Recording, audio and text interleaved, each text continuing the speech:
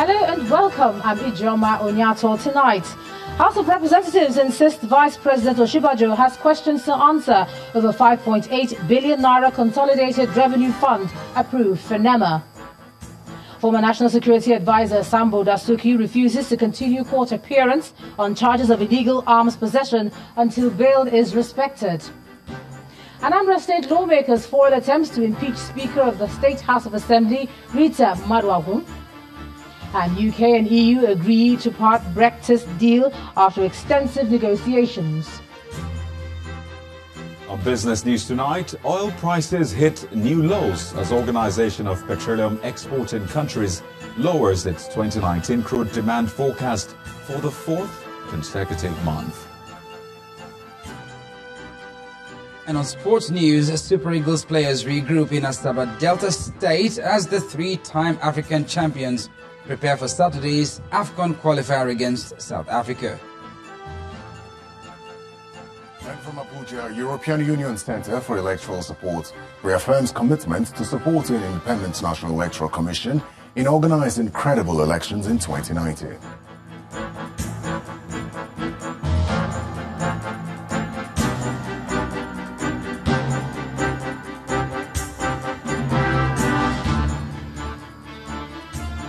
We begin tonight with a resolution from the House of Representatives that the Vice President, Professor Yemi Osinbajo, has questions to answer on the 5.8 billion naira from the Consolidated Revenue Fund to the National Emergency Management Agency, NEMA. The chairman of the House Committee on Emergency and Disaster Preparedness, Ali Issa, who was speaking during a briefing after today's plenary, said the committee did not mention Vice President Osinbajo in its report presented last week. He, however, stated that the Vice President has a case to answer because he is the chairman of the Governing Council of NEMA and he was acting president at the time of the approval. The Vice President, through his spokesman, Laulu Akonde, has described the lawmakers' conclusion as both false and misleading. He may have questions to answer because he's the chairman of the Governing Council and he was also the acting president that approved that. There are a lot of issues that have been raised, even during the investigations. You are aware, even the committee sent an invitation letter to him, but later on he directed someone to represent him, which is the DG. So definitely, there are a lot of issues. The Director of Finance and other staffs of the agency that were suspended after testifying before the committee, we were informed that the Governing Council of NEMA that has not been in existence for the past number of years was hurriedly inaugurated by the acting president and the same people were suspended. The 5.8 billion, I stated earlier, if there is a provision for emergency procurement, I say there is no procurement in the 5.8 billion. No contract was awarded. Money was released directly to companies. No single company has bidded for anything. No single company has a single award letter. So there is no procurement at all, whether it is emergency procurement or the normal procurement. The former National Security Advisor, retired Colonel Sambo Dasuki, has refused to continue appearing before the Abuja Division of the Federal High Court for continuation of his trial until his bail is respected.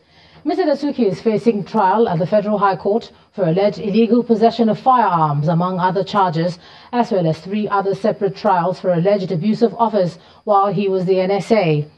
In a letter dated November the 12th, the former NSA asked the court to absolve him of any obligation of appearing at his trial, since the Department of State Services has also refused to respect the various court orders for his bail. Responding to the letter, the prosecution counsel, Mr. Dipo Okpesheyi, asked the court to order the continuation of Mr. Dasuki's trial in absentia. The prosecutor argued that the case for which Mr. Dasuki has been denied bail are independent of the case and described the defendant's action as an affront to the court. In a short ruling, the trial judge, Justice Ahmed Mohammed, said the court will not grant the request by the prosecution to proceed with Mr. Dasuki's trial in absentia. Justice Mohammed also refused to treat Mr. Dasuki's request made in his letter and ordered the defense to properly communicate to the court for the letter to be written in its record. Trial has been adjourned to November the 19th for the parties to comply with the orders of the court.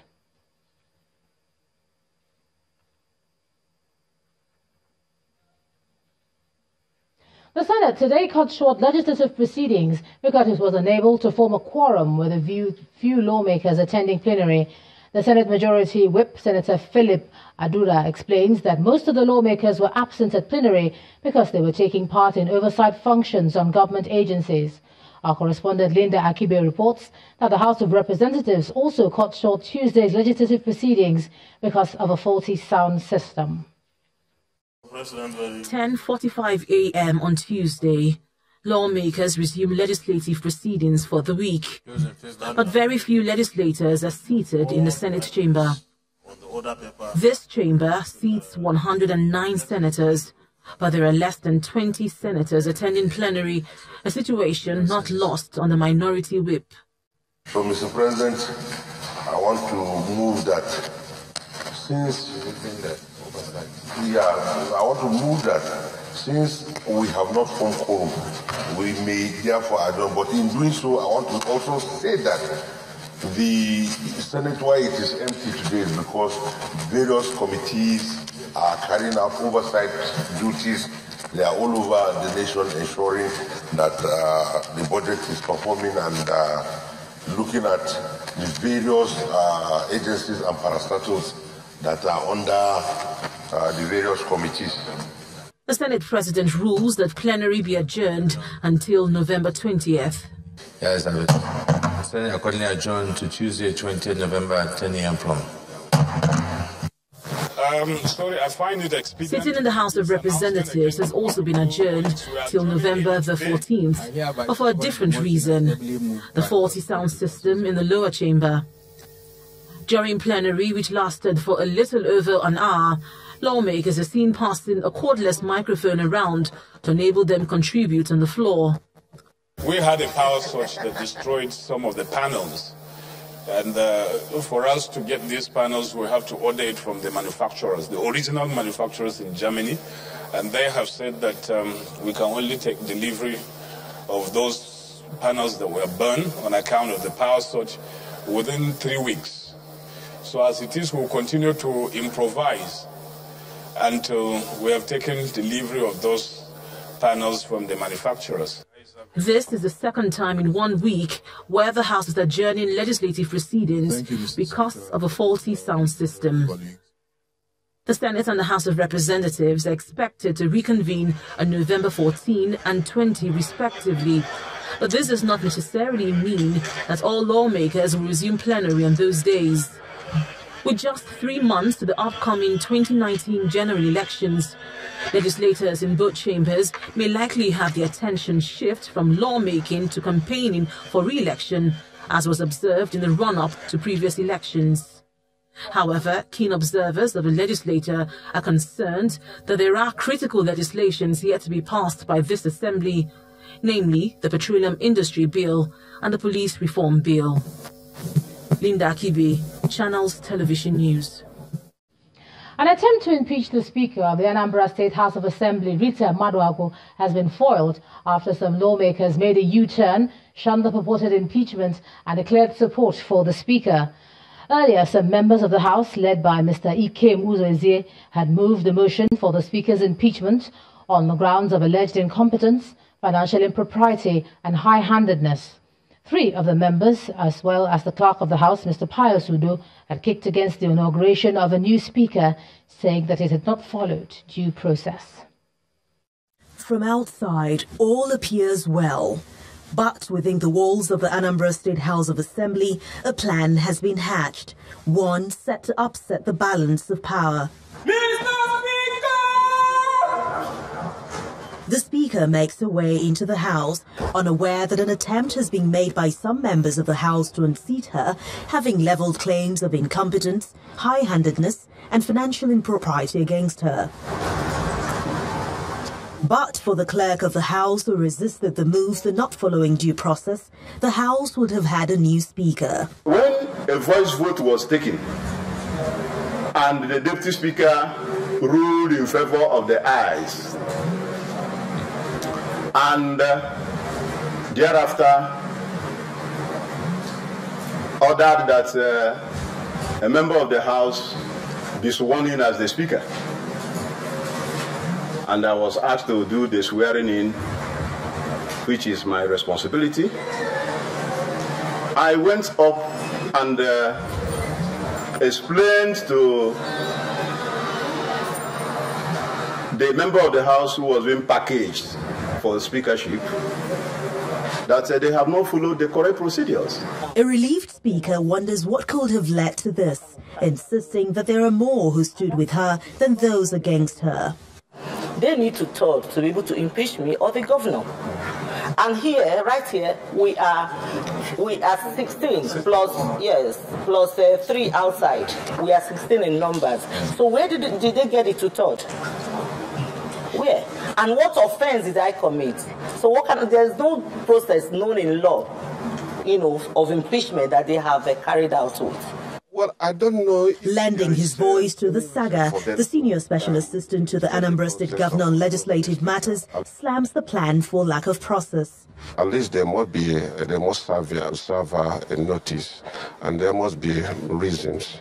They must present to the House reasons why they wanted to remove her. But such was not forthcoming anyway. But it does appear to us that there is already in-house problem they have within themselves. No one on the opposing side was available for comment, but one thing is clear. All is not well in the House of Anambra State, and this seems to be the beginning of a battle between two sides who want to win. And elsewhere, the crisis rocking the Ondo State House of Assembly appears to be taking a new turn as the newly sworn-in Speaker has fled the state to Ibadan, the Oyo State capital, from where he has been speaking on the issue. The Speaker, Mr. Olamide George, says the impeachment carried out by the 18 members of the Assembly remains irreversible, despite efforts to intimidate them. He wants the Inspector General of Police to take their petition seriously and ensure the protection of lives, especially in the wake of threats to their safety. 18 lawmakers had impeached the former Speaker, Mr. Bamidele Oloyelegun, and his deputy, Mr. Ogundeji Roju, over alleged gross misconduct, financial recklessness, abuse of power, and incompetence. What happened again in Ondo State this morning is barbaric. They mobilized again to the House of Assembly using the NRTW again this morning and the police. We call on President Muhammadu Buhari again to save our life. An attack was also made yesterday. My gate man was seriously beaten, and they shot at my house again. Is this how we want to run democracy? I belong to APC. Majority of us are APC members. We cannot win election with the way the government of Ondo State is treating the people of Ondo State. If we must win election for President Muhammadu Buhari, there must be law and order in Ondo State.